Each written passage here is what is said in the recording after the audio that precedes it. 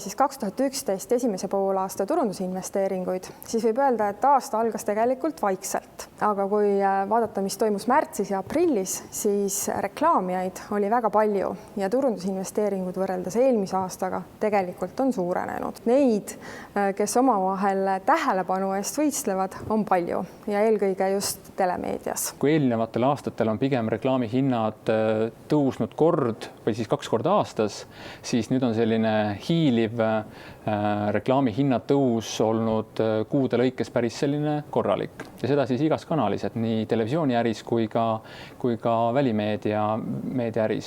Klientide tahe midagi uuesti otsast peale alustada, uute brändide, vanade brändide ümberformuleerimine, huvitavate kanalite meedialahenduste otsimine. Kindlasti eelarvet sellistes kohutavates protsentides ei paisunud, kui oli võrrelda seda eelmise aastaga, aga ikkagi teatavad lisafinantseeringud. Paar aastat tagasi oli Eestis, ütleme, et 2 kommertskanalit, kuhu sai reklaami osta, oli Kanal 2 ja TV3, siis just Eesti sihtrühmale mõeldud kanalite arv on oluliselt kasvanud siin paari viimase aasta jooksul, et on juurde tulnud nii Eesti kohalikud uued kanalid kui ka väga palju rahvusvahelisi kanaleid on lokaliseeritud eesti keelde, mis tähendab turundaja vaates seda, et see raha, mis sa pead paigutama erinevatesse kanalitesse, on nagu oluliselt kasvanud selleks, et oma sihtrühma tabada.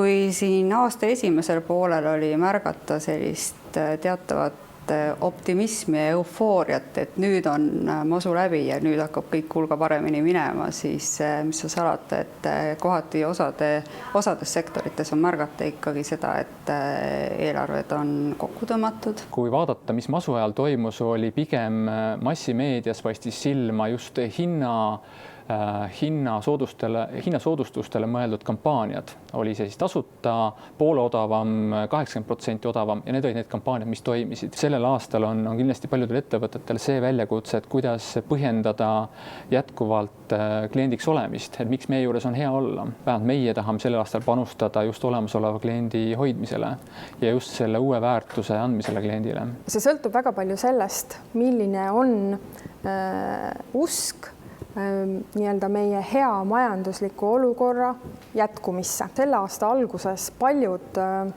katsetasid näiteks sotsiaalmeedia võimalusi ja ma usun, et paljud on saanud kogemusi ja õppetunde ning oskavad seda nüüd paremini kasutada. Ma usun, et sotsiaalmeedia osakaal reklaamikampaaniates tõuseb. Pikas perspektiivis traditsiooniline meedia jääb ikkagi alles, sest et näiteks traditsiooniline telemeedia on ikka täna ja ma usun, et ka veel aastaid jätkuvalt brändi ehitamise kanal. Tarbija otsib ikkagi uusi lahendusi, tänu sellele on ka kliendid meil hakanud otsima uusi lahendusi ja alternatiivsed meediakanalid loomulikult. Ei saa midagi öelda, et klassikalise meediale on kõrvale tulnud sotsiaalmeedia, internetiturundus, see miks on Eesti turul toimib.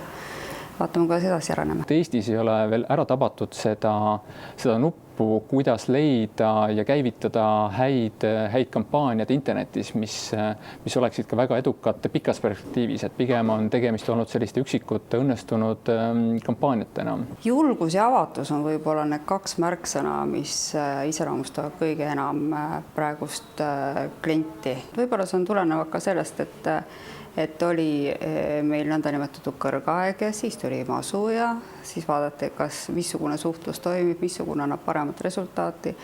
Et see, mida TDB-s on alati praktiseeritud, on hästi avatud kommunikatsioon, ausus, läbipaistvus, et see on andnud tulemusi. Mida rohkem kinnisemad ollakse, seda raskem on tegelikult head tulemust anda.